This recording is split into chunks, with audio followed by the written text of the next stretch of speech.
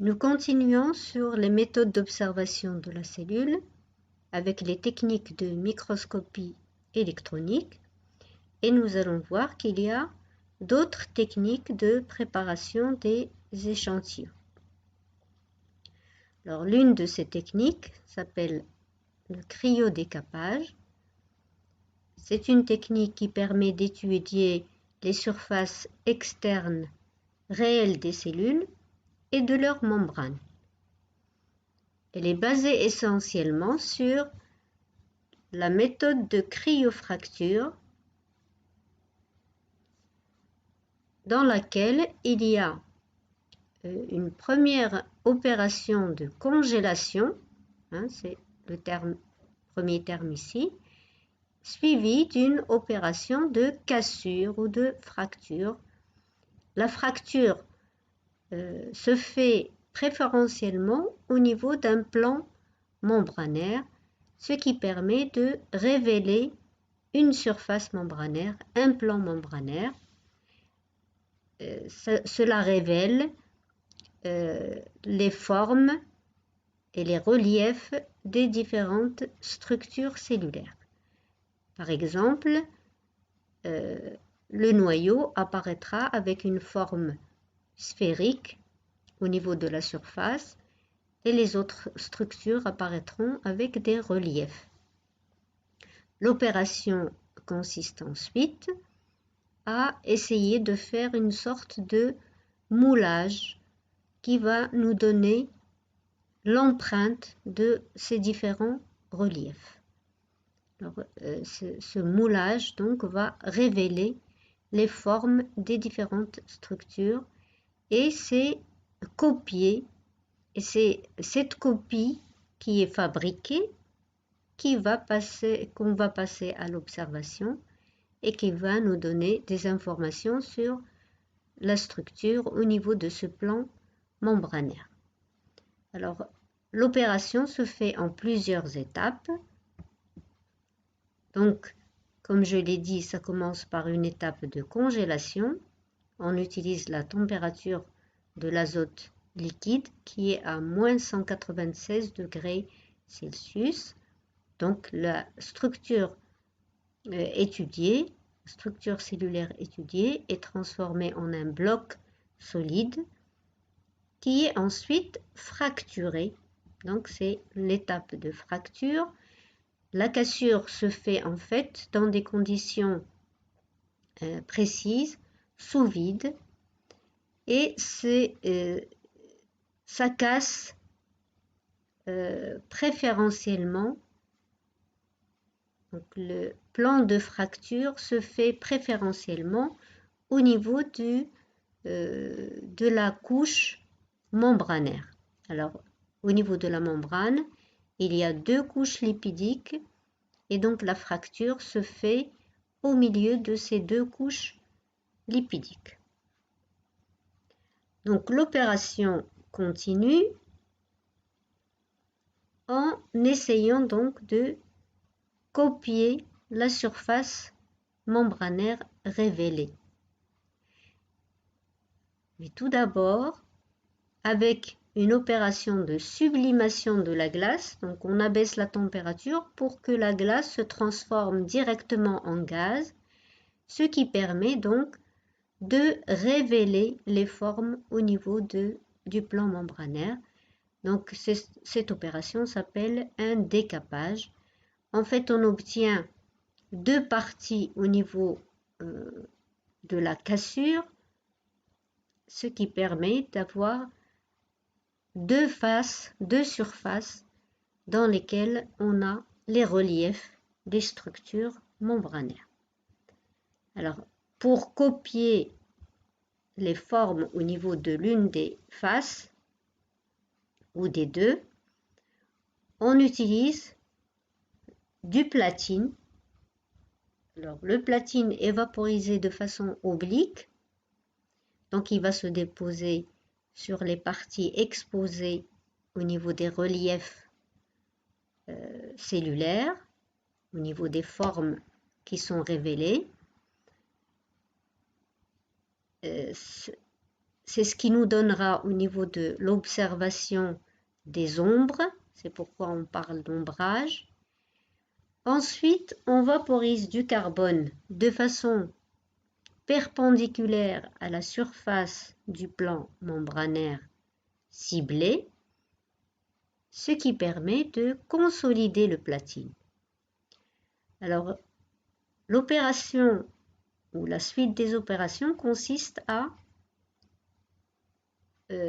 garder ce moulage qui a été préparé, et c'est ce moulage qu'on appelle réplique qui nous donne une idée sur les différentes formes des structures cellulaires.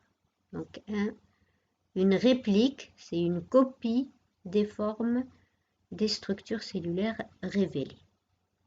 Alors cette réplique est suffisamment fine pour que l'on puisse observer, pour que l'on puisse l'observer au niveau du microscope et voir quelles sont les structures qui apparaissent. Donc on passe à l'observation au microscope électronique, et c'est cette croûte, ce que l'on a fabriqué en vaporisant du platine et du carbone, et qui nous donne l'empreinte des différentes formes qu'on garde et qu'on observe.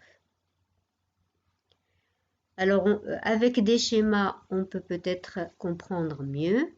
Donc, dans cette technique, donc après une opération de congélation, on procède à une fracture.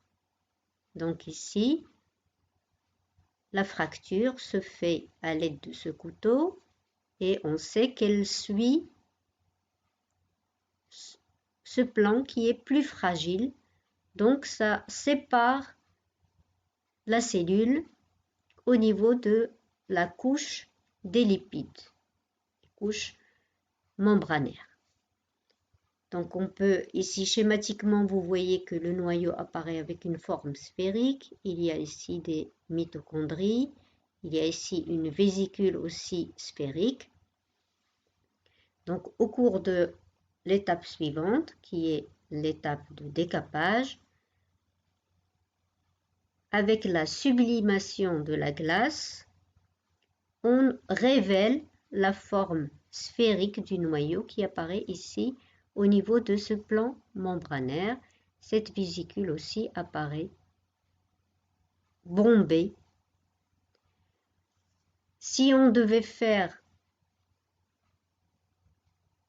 la suite des opérations, on aurait pu la faire sur l'autre face, dans laquelle on va plutôt trouver un creux correspondant au noyau, et ici on va voir un creux correspondant à cette vésicule.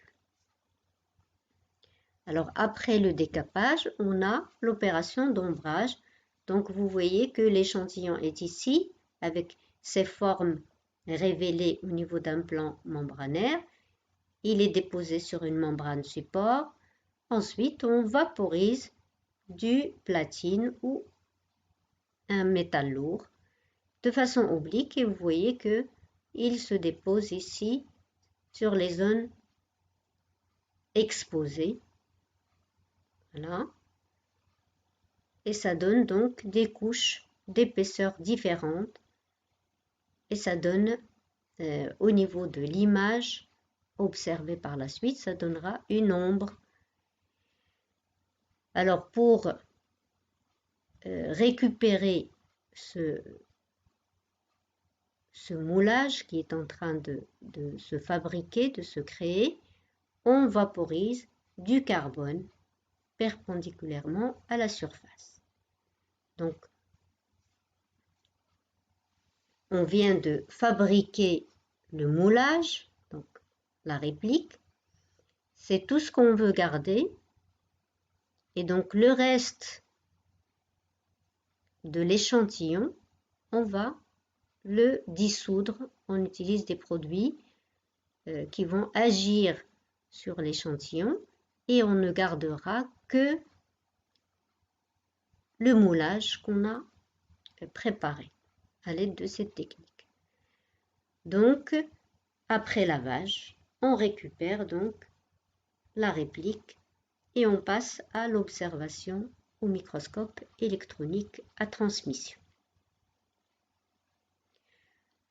Alors, cette technique nous permet en fait d'avoir une image qui ressemble à ça. On peut se rendre compte qu'il y a une sorte de relief qui apparaît. Donc, on peut voir qu'il s'agit d'une partie de cellule. Ça correspond en fait au schéma qu'on vient de voir des différentes étapes. Donc ici, on voit une partie du noyau vue avec ses reliefs. Donc vous avez ici l'enveloppe nucléaire et vous avez ici la surface du noyau qui est, vous voyez qu'il y a des petites empreintes qui correspondent aux pores nucléaires. Vous avez aussi la partie creuse d'une vésicule et ici la partie bombée. Et on peut voir ici la forme typique des saccules qui forment le réticulum endoplasmique. Donc, ici, on peut voir donc les reliefs des différentes structures. On a une idée sur la morphologie des structures. Alors, on peut également vous montrer un autre schéma avec ici l'application de cette technique de cryodécapage pour l'étude des membranes. Alors, vous avez ici un échantillon avec des membranes qui a été soumis à une congélation à l'azote liquide. Cela le transforme en bloc solide qui peut être fracturé et donc on révèle deux morceaux qui révèlent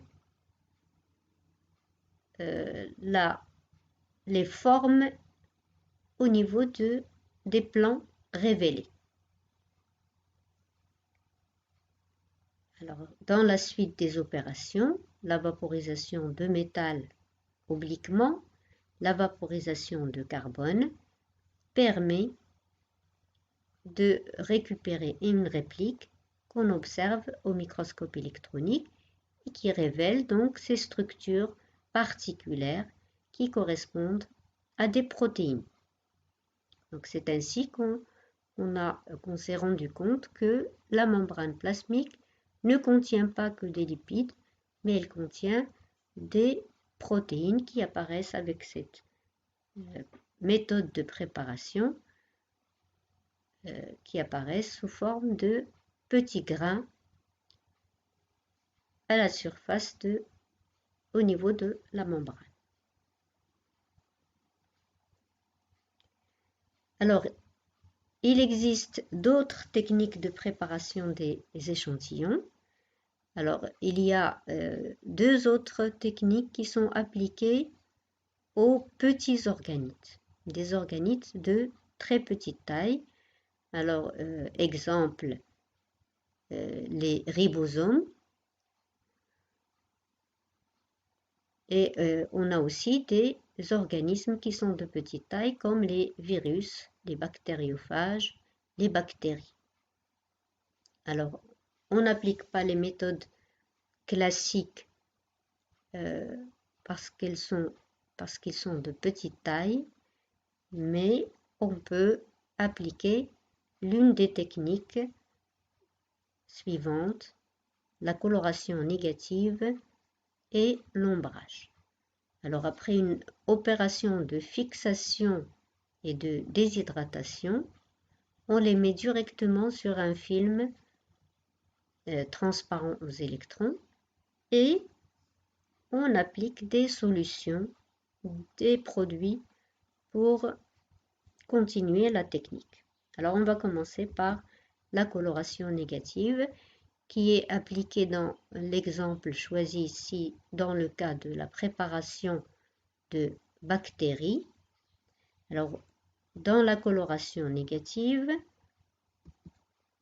on commence par plonger, ici donc des bactéries, par plonger les bactéries dans une solution de métaux lourds. Alors les métaux lourds utilisés ici, le métal lourd utilisé ici c'est le tungstène, donc la solution c'est une solution d'acide phosphotungstique. On mélange avec de l'eau et on prélève donc une goutte qu'on va mettre directement sur une membrane support. Alors l'opération suivante, c'est une opération de déshydratation, de dessiccation. C'est-à-dire qu'on va laisser l'eau s'évaporer et à la suite de cette opération, donc, il y a un dépôt de métal lourd autour des bactéries.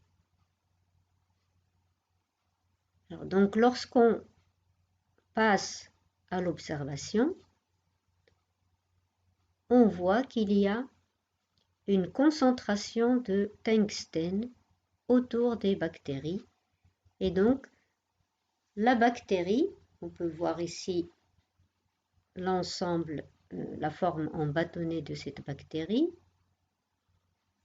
et des filaments qui y sont attachés, qui apparaît en clair sur un fond noir. C'est pourquoi on parle de coloration négative. Dans la technique classique, sur une photographie, on voit plutôt toutes les structures qui apparaissent en noir sur un fond clair. Ici, vous avez l'inverse. C'est pour ça donc qu'on l'appelle coloration négative. Alors, dans le cas de ces mêmes bactéries, on peut appliquer une autre technique qu'on appelle la technique d'ombrage. Et on peut noter au passage que c'est une étape de la technique de cryodécapage.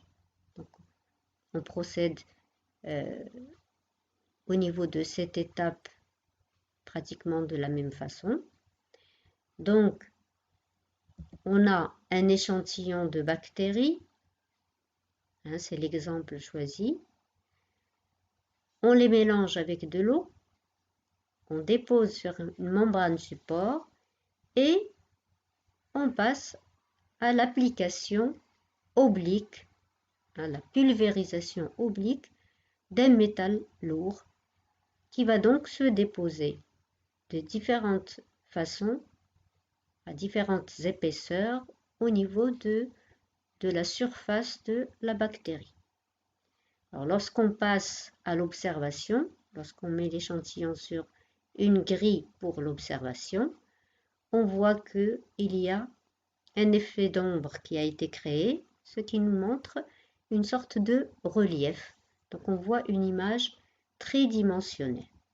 Donc la forme bactérienne connue est révélée et on a une ombre qui apparaît d'un côté de la bactérie. Donc, en résumé, on peut donc se rendre compte qu'il y a plusieurs possibilités d'observation des différents échantillons. Cela permet en fait de faire des comparaisons et c'est ce qui a permis donc d'étudier toutes les structures cellulaires. Donc voilà ce qui concerne la microscopie électronique à transmission et les techniques de préparation. Alors je vous ai parlé également d'un microscope électronique qu'on appelle à balayage. dans lequel les électrons ne traversent pas l'échantillon, mais il y a un mouvement de balayage à la surface. Alors l'échantillon est fixé et déshydraté. Ensuite, on vaporise un métal lourd à sa surface. Ça peut être de l'or par exemple. Et il y a donc un faisceau d'électrons qui est balayé à la surface. Alors le résultat, c'est qu'on obtient une image tridimensionnelle avec bien sûr des zones d'ombre et un contraste. Et ça nous donne un aspect tridimensionnel, donc avec des reliefs. Donc ce microscope nous permet d'exploiter une préparation en allant des faibles grossissements jusqu'au plus grand. Mais il ne nous révèle pas la structure interne des échantillons, mais seulement la morphologie. Donc, vous voyez ici quelques exemples de photos obtenues par cette technique. Alors, pour finir, donc, je vous conseille de voir cette vidéo qui vous donne un résumé sur les différentes techniques qu'on a vues. Et vous avez ici un tableau qui vous permet de faire une synthèse entre les différents types d'organismes ou de structures qu'on peut voir à l'œil nu, au microscope photonique ou au microscope électronique. Donc c'était ça en guise de conclusion. Merci de votre attention.